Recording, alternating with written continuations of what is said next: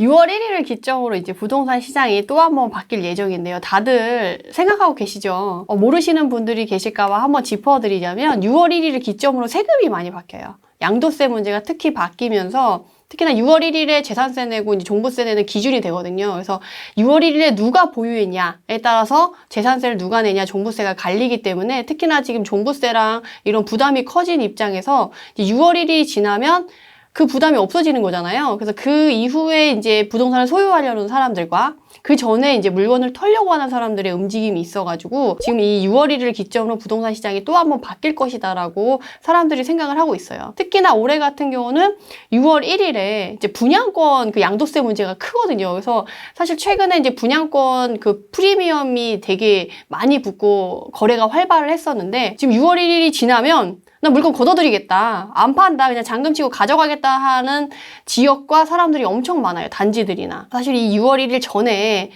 제 세금 무서워서 털려고 하는 사람들이 되게 많을 거다. 그래서 정부는 그렇게 예상을 했고 금매가 많이 쏟아져 나올 거다라고 이제 생각하시고 말씀하시는 분들이 되게 많으셨는데 실제적으로 저는 올 초에 아닐 거다. 생각보다 그렇게 많지 않을 거다. 이미 법인으로 인해서 부담되시는 분들은 털 사람들이 이미 다 털었고 지금 솔직히 까봤을 때 법인으로 물건 가지고 있어도 오히려 수익이 더 컸기 때문에 1년치 종부세 내는 것보다는 수익이 더 컸기 때문에 그냥 가져가겠다 하는 분들이 더 많았거든요. 솔직히 저도 지난번에 말씀드렸지만 제 거 팔고 사실 되게 후회했거든요. 팔지 말걸. 그러니까 이 6월 1일 기점으로 나오려고 했던 이제 금매들은 이미 이제 소용이 없는 되게 돼버린 거죠. 그래서 사실 6월 1일 전에 금매 나오면 이제 사야지 준비하셨던 분들 되게 많은데 그때 아마 못 하셨을 거예요.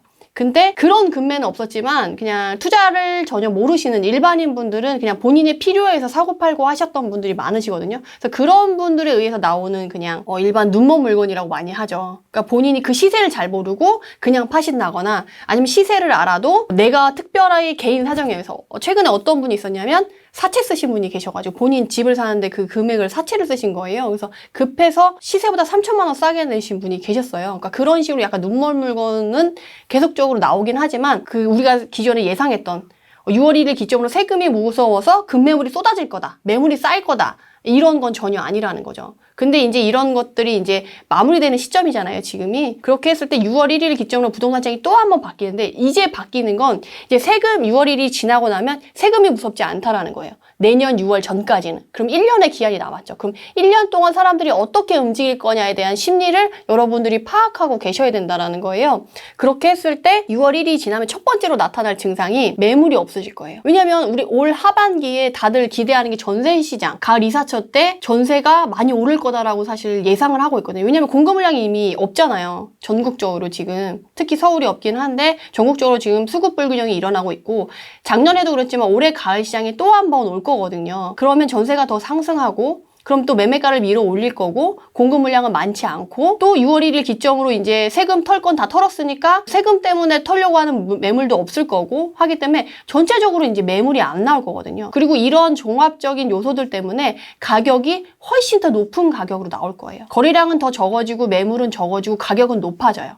그래서 상승은 더 가져올 수 있는데 문제는 그거죠. 우리가 투자할 때는 투자 환경이 쉽지는 않을 수 있다는 거죠. 그러니까 거래량은 많지 않고 가격은 높은 상황에서 들어가려고 하면 쉽지가 않을 수가 있어요. 그래서 저는 지금 투자를 생각하시는 분 그리고 아직도 집을 사야 되나 고민하시는 분들은 그 6월 1일 기점으로 해서 달라질 부동산의 결과가 나오기 전에 조금 먼저 움직이시는 게 도움이 되지 않을까 싶어서 제가 이렇게 말씀을 드려요. 항상 그 어떤 기점이 됐을 때 소강 상태라고 하죠. 관망세가 짙어졌을 때 움직이셔야지 나중에 그게 가시화됐을 때 움직였을 때랑은 금액 차이가 몇 천만 원씩 나거든요. 그런 걸 기점으로 했을 때 6월 1일 이걸 꼭 챙기셨으면 해가지고 6월 1일 기점으로 부동산 시장이 또 한 번 바뀔 거다. 그래서 만약 여유가 있다. 6월 1일 전에 나 종부세 신경 안 써도 되는 사람이다. 그럼 6월 1일 전에 무조건 움직이시는 게 좋고요. 내가 나 종부세 신경 써야 된다. 그럼 6월 1일이 지나자마자 조금 많이 막 움직이시려고 하셔야 될 거예요. 안 그러면 매물이 아마 사라질 거고 지금도 매물 사러 간다고 계좌 달라고 하면 그 자리에서 막 500, 1000 올리는 건 정말 다반사거든요. 그래서 여러분들이 조금 먼저 움직이시는 게 좀 도움이 되실 거라고 말씀을 드리고 싶고 제가 지금 서울에 그래프를 하나 가져왔어요. 우리가 2013년 이후로 이제 대세상승장이 왔었는데 첫 번째 대세상승장이 왔을 때 기울기가 요 정도였거든요. 그래서 그래도 완만하게 천천히 오른다는 느낌으로 갔을 때도 이때 현장 느낌은 어땠냐면 너무 많이 올랐어. 지금 움직이면 내가 꼭지 사는 거 아니야 해서 되게 걱정하시는 분들이 안 움직이셨거든요. 근데 그 이후에 한 번 더 물이 들어와가지고 크게 움직였어요. 이전보다 기울기가 엄청 커진 게 눈에 보이시죠? 이전에 대세 상승장보다 더 큰 상승장이 왔고 최근에 마지막에 정책 상승장이라고 제가 말씀드리는 상승률을 보면 어때요? 대세 상승장 때보다 기울기가 엄청 크죠. 상승의 속도랑 폭이 엄청 크다라는 거예요. 그래서 내가 대세 상승장 때 투자를 못했다.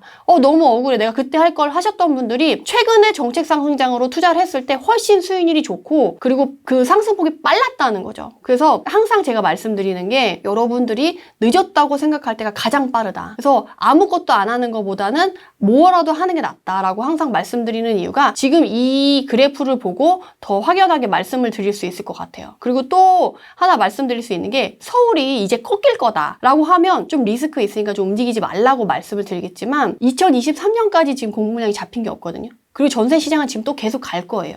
그리고 지금 또 보궐선거로 인해서 또 분위기가 바뀌었잖아요. 그래서 이 분위기가 최소한 23년까지는 가지 않을까라고 보고 또 주의하셔야 될 건 6월 1일 기점으로 옮기긴 하지만 내년 대선 때 또 분위기가 어떻게 바뀔지 몰라요. 어쨌든 내년 대선까지는 계속 이 분위기로 갈 거다. 좋을 거다라는 게 전문가들, 대다수의 이 부동산을 투자를 하시는 분들의 전반적인 의견이 다 그렇거든요. 그래서 이 시기의 상승분을 내가 놓치고 싶지 않다 하시는 분들은 지금 움직이셔야 된다라고 말씀드리고 싶고요. 이번에 보궐선거가 끝나고 나서 많이 나온 게 강남 4구가 상승폭이 확대됐다. 재건축 기대감에 노원구가 올랐다. 그리고 서울 집값 상승 이끄는 강남 3구, 재건축 때문만은 아니다. 목동 여의도 집주인들 환호했다. 그러니까 이런 것들이 결국에 뭐냐면 지금 사실은 강남 3구보다는 강북 쪽이나 그 기타 서울의 외곽 지역들이 더 많이 올랐었어요. 근데 다시금 이 핵심 지역에 상승 에너지가 모이고 있다는 거거든요. 사실 사람들이 정책적으로 강남을 잡으려고 하는 이유가 이 집값의 바로미터가 되고 상승 에너지를 처음에 발현시키는 게 이 강남 3구거든요. 그래서 이 집값을 먼저 잡고 싶어 하는데 외곽에 있는 애들이 다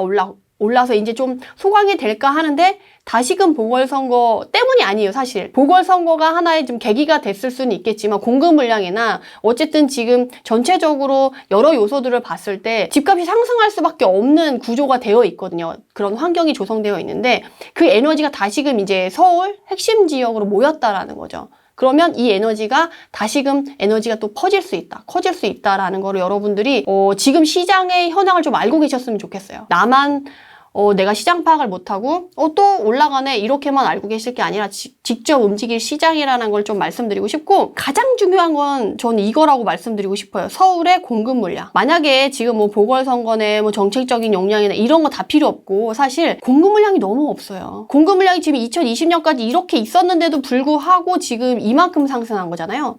근데 그럼에도 불구하고 지금 공급 물량이 이렇게 떨어진다라고 본다면 어떨 것 같아요? 지금은 그나마 공급이 좀 됐는데도 이 정도 상승인데 그나마 공급이 없다. 수요와 공급에 의해서 사고 싶은 건 사람은 많은데 살 물건이 없다. 살 집이 없다. 그럼 사람들이 거기에 더 많은 가격을 부르는 건 너무 당연한 일이잖아요. 그렇게 봤을 때 지금 여기 이 빈 공간이 보이시죠? 이것들이 다 이제 상승 에너지로 바뀔 것이다 라고 저는 보여지거든요. 근데 지금 막 공급 물량 80만 이상 전국적으로 하겠다. 근데 그게 당장 이루어지는 게 아니잖아요. 내년에 당장 되는 게 아니고 빨라야 3년, 4년, 조금 빨라도 5년 이렇게 되는 거기 때문에 이 상승 에너지를 누를 만한 그게 없다라는 거죠. 그래서 이 상승을 여러분들이 좀 놓치지 않으셨으면 하는 바람에 한 번 더 짚어드렸고요. 근데 지금 서울은 사실 이렇게 공급 물량이 없어도 집을 바로 공급할 수가 없는 게 빈 땅이 없어요. 그래서 빈 땅이 없기 때문에 어쨌든 서울에 새 집을 지으려고 하면 재건축이나 재개발이 돼야 돼요. 그렇기 때문에 서울에 지금 재개발, 재건축이 뜰 수밖에 없는 거거든요. 그렇게 봤을 때 재개발, 재건축이 뜨는데 문제는 지금 막 이제 시작하고 조합 설립하거나 또 중간에 브레이크 걸리거나 이럴 수가 있다라는 거죠. 특히나 이번에 썩빌 투자하신 분들 좀 조심하셔야 될 게 워낙에 그냥 리스크 큰데 하이 리스크 하이 리턴 이렇게 생각하고 그냥 들어가신 분들이 많으셨는데 이번에 그 최근에 들어가신 분들이나 지정된 이유에 들어간 사람은 현금 청산하겠다고 발표했잖아요. 그 사람들은 정말 닥쳤던 게 지붕 쳐다보는 격이 될 수가 있었던 거예요. 그래서 재개발 재건축이 뜰수록 그런 것들이 돈이 오래 묶일 수 있다라는 리스크 이런 것들이 있는데 이런 재개발 재건축이 뜰수록 좀 수익이 커지지만 리스크는 더 적은 안전한 투자 방법을 좀 하셨으면 좋겠다라는 생각이 저는 들었어요. 그리고 이런 재개발, 재건축은 상대적으로 돈이 많으신 분들, 투자금이 많으신 분들만 하실 수가 있거든요. 나 돈 없는데, 소액 투자인데, 그러면 다른 사람만 할 수 있는 거 아니야? 라고 생각하실 수가 있는데 전혀 그렇지 않아요. 재개발, 재건축이 뜰수록 수익이 커지는 안전한 투자 방법을 제가 알려드리려고 하거든요. 준신축을 활용한 투자법이다 라고 말씀을 드릴 수가 있어요. 그래서 저는 항상 쫄보라고 말씀드리는데, 보수주의로 안전하게 투자하는 방법으로 이 준신축 투자라는 건 뭐냐라고 했을 때, 이 준신축은 연식으로 그러면 뭐 한 10년, 15년 된 거냐 라고 이렇게 생각하실 수가 있어요. 근데 제가 말씀드리는 준신축은 그런 게 아니에요. 딱 한마디로 정의를 드리면 실투금이 적게 들어갈 수 있는 기존의 아파트, 분양권이 아닌 이제 입주를 하는 완전 신축 있잖아요. 그런 거 빼고 만약에 이번에 올해 입주를 했는데 전세가가 워낙 높게 형성이 돼서, 특히나 지방시장이 지금 그렇거든요. 분양받은 게 2억인데 전세가가 2억에 맞춰져요. 그런 애들은 무피잖아요. 투자금 적게 들잖아요. 저는 이런 애들도 준신축에 들어간다고 봐요. 그러면 지금 사서 입주할 때쯤에 지금 분양권 처분하고 싶으신 분들이 있으시다고 한다면 그런 거 사가지고 전세 맞추면 갭 정말 적게 들어갈 수 있잖아요. 그러니까 그렇게 완전 신축 안에서도 그렇게 갭이 적게 들어가는 건 전 준신축 투자 방법으로 해서 그 카테고리 안에 넣고, 오래된 연식의 아파트도 대부분 오래된 연식의 아파트 중에 그 지역에 신축이 오랫동안 안 된 지역이 있어요. 근데 막 10년, 15년 된 게 그 지역 내에서 가장 신축이야. 가장 새 아파트야. 그럼 얘도 준신축이 될 수 있다라는 거예요. 15년, 20년 된 아파트도. 근데 그런 애들이 실수요층이 탄탄해가지고 전세가가 높다. 그리고 매매가가 아직 안 올랐다. 그래서 갭이 적다. 이러면 제가 생각하는 준신축 범위 안에 얘도 들어갈 수 있다라는 거예요. 그래서 연식에 구애받지 말고 갭이 충분히 적어질 수 있으면서 안전하게 투자할 수 있는 단지 내에 들어온다면 전 준신축 투자 활용법에 들어간다고 말씀을 드리고 싶고, 이 준신축 투자 방법은 그런 거예요. 주변에 새로운 아파트가 들어와. 그러면 기존에 원래 있던 대장 아파트가 있잖아요. 그러면 걔가 같이 따라가요. 그 가격이 새 아파트가 올라가서 리드를 하게 되면 기존의 아파트도 따라가거든요. 그러면 얘가 가격을 리드할 때 이 준신축 투자를 해서 가격 상승분을 먹고 나오자는 거죠. 그리고 최근에 또 재개발, 재건축이 뜨잖아요.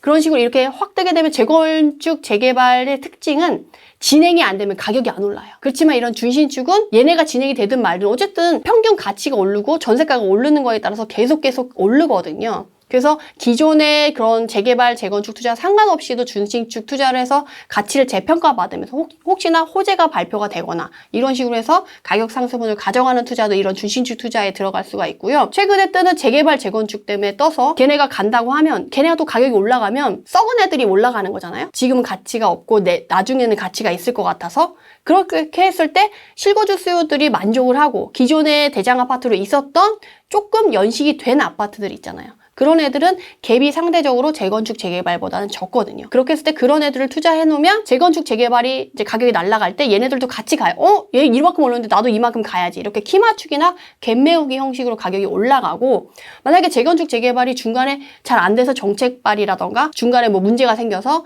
얘네가 좀 멈췄다고 하더라도 얘네들은 크게 흔들릴 일이 없고 출구 전략을 가져갈 수가 있어요. 왜냐면 얘네가 흔들려도 얘네들은 수요가 있으니까 내가 투자자라고 하더라도 실수요한테 넘기고 나갈 수가 있다라는 거죠. 이런 면에서 준신축 투자는 안전해요. 그래서 제가 준신축 투자 방법을 여러분들에게 추천을 해드리는 거고, 특히나 지금은 전세가 상승이 받쳐주는 시기고 전세가 상승이 또 기대되는 시기장이기 때문에 이런 수익률만 생각해도 준신축 투자의 수익률은 크게 걱정하시지 않으셔도 되지 않을까, 저는 이렇게 생각합니다. 그래서 여러분들이 내가 소액 투자자다, 재건축, 재개발이 뜬다 라고 했을 때 재건축, 재개발이 조금 리스크가 있고 내가 소액이어가지고 못한다라고 하면 이런 준신축 투자로 눈을 돌리셔가지고 지역별로 또 물이 들어오는 지역이 틀리거든요. 그래서 그 투자 타이밍이 온 지역을 잘 고르셔가지고 그 대장 아파트나 분양, 재개발, 재건축 인근의 단지로 해가지고 본인이 가치 있는 물건을 잘 찾으셔가 투자하신다고 한다면 지금 대선 이전에 그 상승분의 시기 때 충분히 수익을 보고 나올 수 있지 않을까 싶거든요. 그래서 여러분들이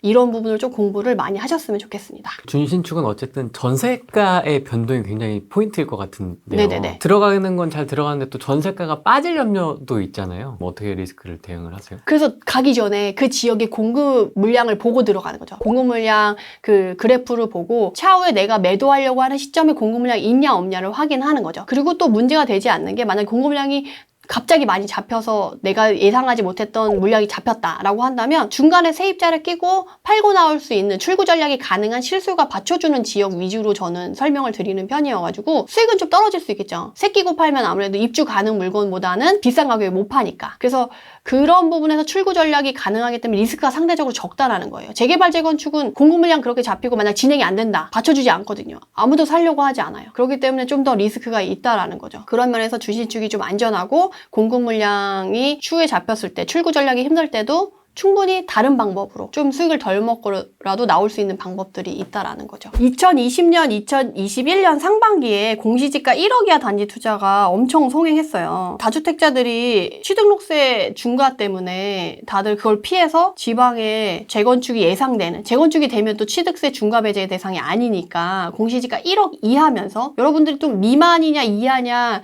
헷갈리시는 분들이 많은데 이하가 맞아요. 사람들이 전문가들이 그냥 편하게 그냥 섞어서 쓰시는데 미만은 아니고 이하라는 걸 꼭 알고 계셨으면 좋겠어요. 이번에 특히 공시지가 이번에 발표되면서 많이 올랐잖아요. 그래서 공시지가 1억 이하를 넘어선 그 단지들이 많은데 공시지가 1억까지는 취득세 중과를 배제를 받을 수가 있으니까 그거를 좀 챙기시면 좋을 것 같아서 좀 명확하게 얘기를 드리고 공시지가 1억 이하 단지 투자가 성행하면서 여러분들이 조금 조심하셔야 될 부분이 있어요. 그냥 공시지가 1억 이하니까 그냥 사도 되지 않을까? 갭도 적고 투자금도 적고 절대가도 적으니까 내가 부담이 별로 없어. 그래서 수강생분들 중에 제 질문하시는 거 보면 그냥 이거 하면 되는 거 아니에요? 요새 다들 이렇게 투자하시던데 라고 얘기를 하시는 분들이 많은데 사실 그런 분들이 전 너무 걱정이 돼요. 왜냐면 정책이 갑자기 바뀌거나 분위기가 바뀌면 그런 물건은 정말 절대 빠져나올 수 없는 물건이 되고 본인이 원하지 않는데 막 10년, 20년 투자해야 될 수도 있거든요. 그래서 그런 부분에 대한 리스크, 여러분들이 공시지가 1억 이하 단지를 투자를 할 때 어떤 리스크를 조심하셔야 되는지를 오늘 조금 말씀드리려고 해요. 지금 지난 1년간 전국 부동산 매매가 상승률을 줄을 세워봤어요. 20년 1월 1일부터 21년 1월 1일을 기준으로 지금 줄을 세운 건데요. 전국 단위로. 그렇게 했을 때 지금 1위가 대구 중구의 동인동 1가 태평아파트. 24평형이거든요. 연식 보면 어때요? 43년 차 썩었죠. 그리고 지금 매매가가 3억인데요. 얘는 공시지가 1억 이하 투자가 몰려서 급 올라서 3억이 된 거지 원래는 공시지가 1억 이하 단지였어요. 지금도 그런지는 공시지가가 새로 발표돼서 확인을 해봐야 되겠지만 그래서 작년 동안의 상승률이 241%나 된다는 거예요. 무려 1년의 상승률이 240%, 2.5배가 올랐다는 거거든요. 그럼 이런 단지를 투자했을 때 어떤 리스크가 있냐라고 본다면 지금 이 태평아파트 그래프거든요. 기존에 보이세요? 2006년도부터 지금 2021년도까지의 그래프인데 이전의 가격이 어때요? 변동률이 1도 없죠. 1도 없다가 정책에 의해서 공시지가 1억 이하가 뜨면서 그때부터 작년, 재작년부터 뜨기 시작해서 올해까지 쫙 상승한 걸 볼 수가 있어요. 근데 여러분들이 여기서 리스크 첫 번째, 매도 전에 혹시 내가 이렇게 올랐잖아요. 지금 절대가는 지금 매매가는 3억짜리가 됐잖아요. 근데 얘네가 공시지가를 현실화하겠다, 90%까지 올리겠다라고 하면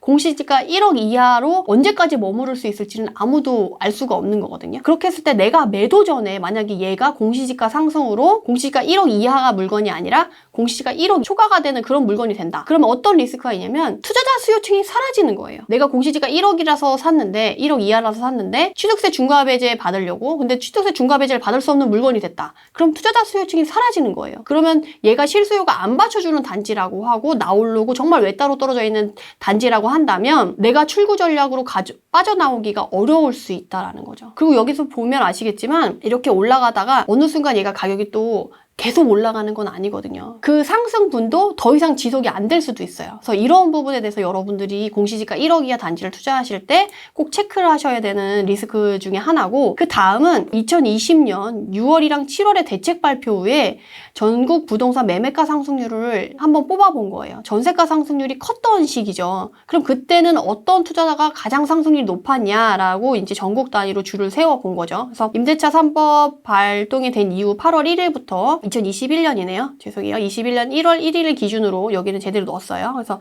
이걸 보자면 부산 동구의 수정동의 수정아파트 13평. 딱 느낌 오시죠? 59년 차. 아까보다 더 썩었죠? 59년 차면 쓰러지는 거 아니에요? 그런 애가 지금 매매가가 9,245만 원이에요. 그러니까 얘도 공시지가 1억 이하 단지라는 거죠. 이런 애들이 지금 6개월 한 동안 27건이 거래되면서 무려 247%나 상승했다는 거예요. 6개월 동안 상승률이 247%예요. 아까 1년 동안의 상승률도 240%였죠. 그러니까 뒤로 갈수록 공시지가 1억 이하 단지 투자가 더 성행을 했다는 거예요. 그래서 그 6개월 동안에도 충분히 그 1년 동안의 상승분을 가져왔다라는 거고, 이 단지를 또 살펴보면 그래프 정말 절벽이지 않나요? 얘도 보면 아시겠지만 이전에 거래됐을 때 가격이 그냥 고만고만해요. 고만고만. 그나마 최근에 왔을 때 조금 상승이 있고 이제 2018년도부터 해서 좀 거래가 되면서 거래가 상승을 한 건데, 가격이 상승을 한 건데, 얘는 올해 하반기에 그냥 막 날아간 것들을 볼 수가 있죠. 그리고 지금 매물 찍히는 거가, 동그라미가 지금 매물 찍히는 가격이 찍혀 있는 거거든요. 세모가 실거래가 찍힌 거고, 지금 매물들도 다 높은 가격에만 지금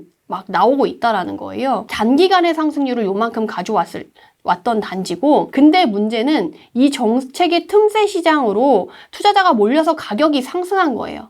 그 전에는 가격 움직임이 크지 않았다는 거죠. 근데 만약에 이런 정책이 변화가 되거나, 혹시나 얘가 지금 59년차 아파트인데 다들 들어간 게 재건축이나 그런 거를 기대하고 진행이 잘 되지 않을까, 이제는 투자자도 많이 들어가고 사람들이 관심을 가지니까 재건축이 잘 되지 않을까 기대하고 들어간 단지 중에 하나일 거란 말이죠. 근데 문제는 재건축 진행이 안 된다고 한다면 얘는 어떻게 되냐는 거예요. 이 가격이 계속 이렇게 갈 수는 없을 거라는 거죠. 그리고 가격이 일부 빠질 수도 있고, 아까 말씀드린 대로 출구를 전략을 못 펼쳐서 못 빠져나올 수도 있다라는 거죠. 그래서 여러분들이 이런 물건을 투자할 때 정책이 변화되거나 재건축 진행이 안 되면 이런 가격 상승분이 유지되기 어려울 수 있고 발빼기 어렵다라는 거를 리스크 두 번째로 말씀드리고 싶고요. 세 번째로, 그러면 지난 대책이 발표된 후, 그러니까 지난 대책이라는 건 2020년 12월 달을 말씀드리는 거예요. 그렇게 했을 때 그 이후 전국 부동산 매매가 상승률은 어땠냐라고 한번 알아보려고 해요. 정책이나 어떤 기점을 기준으로 해서 한번 시기를 나눠서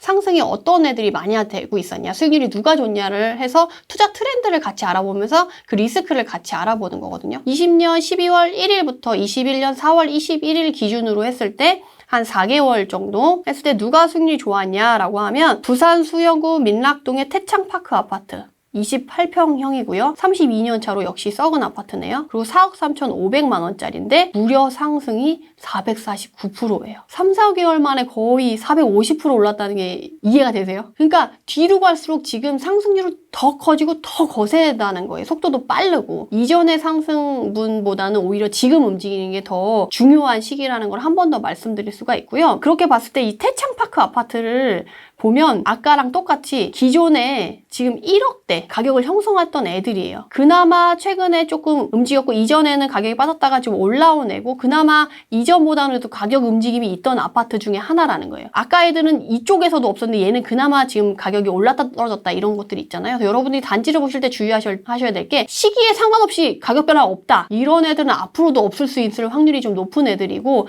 그나마 시기에 따라서 등락이 있다라고 하는 애들은 가격 변동이 있을 수 있다라는 거예요. 그렇게 봤을 때 얘는 아까보다는 조금 나을 수가 있는데, 얘도 최근에 상승분이 많아서 지금 공시지가 1억 이상의 물건이 될 확률이 높은 애가 된 거죠. 아까 매매가가 아까 얼마였나요? 4억 3,500이 된 거죠. 기존에는 1억대였다는 거예요. 1억 5천 미만, 1억 5천, 1억 5천 전후의 가격을 형성했던 애인데 최근에 이만큼 빠르게 상승을 해서 4억대가 된 거죠. 결국 얘도 공시지가 1억 이하 투자 때문에 정책 상승으로 이제 풍선 효과를 받은 단지라고 말씀을 드릴 수가 있는데, 문제는 이런 단지를 봤을 때 여러분들이 지금 밑에 지금 세목 찍혀 있는 거 보이세요? 실거래가가 아까도 봤겠지만 12세대이기 때문에 거래량이 많지가 않아요. 그래서 정책발 상승으로 지금 상승을 해서 지금 한두 건 거래됐는데 지금 상승이 바로 빡 찍혀서 이 4억 3천이 된 거잖아요. 근데 이 단지의 특성을 보면 지난 3, 4년간에 거래가 된 게 한 개도 없어요. 만약에 내가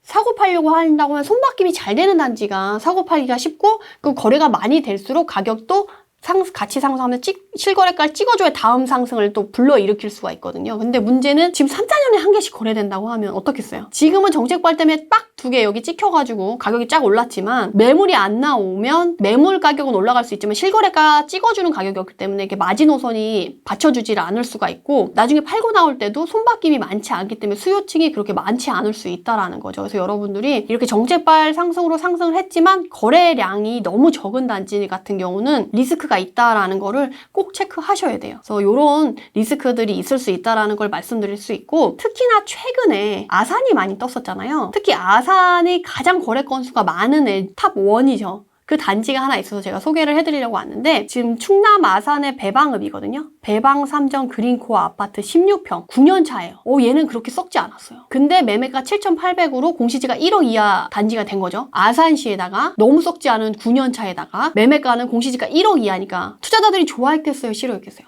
좋아요. 완전 좋아하는 단지일 수밖에 없는 거죠. 그래서 지난 4개월간 무려 271건이 거래됐어요. 아무리 거래가 많아도 거의 100건 이상 그 한 단지에서 거래되기가 쉽지가 않거든요. 근데 얘는 271건이나 거래됐다는 거예요. 근데 여기서 여러분들이 챙겨낼 건 세대수가 1804세대라는 거예요. 16평만, 그것도 16평만 1804세대예요. 그렇게 봤을 때 지금 그 4개월간 한 단지에서 271건이 거래됐다는 건 매물이 끊임없이 나왔다는 얘기예요. 근데 지금 밑에 그래프 봐보세요. 271건이 최근에 거래돼서 이전에도 거래량이 많았다는 걸 알 수가 있죠. 근데 어때요? 가격이 너무 착하게 안 움직이고 있지 않나요? 그러니까 이런 단지, 그러니까 세대수가 너무 많은 공시지가 1억 미만의 단지의 투자의 리스크는 아무리 거래가 많이 해도 가격이 생각만큼 많이 안 오른다는 거예요. 왜냐하면 가격이 오르려고 한다면 기존의 물건이 빠지고 기존의 가격이 다 없어진 다음에 새로운 가격을 가진 매물이 나와야 되거든요. 근데 하나가 거래되면 또 그 가격에 또 새로운 매물이 계속해서 공급이 되는 거예요.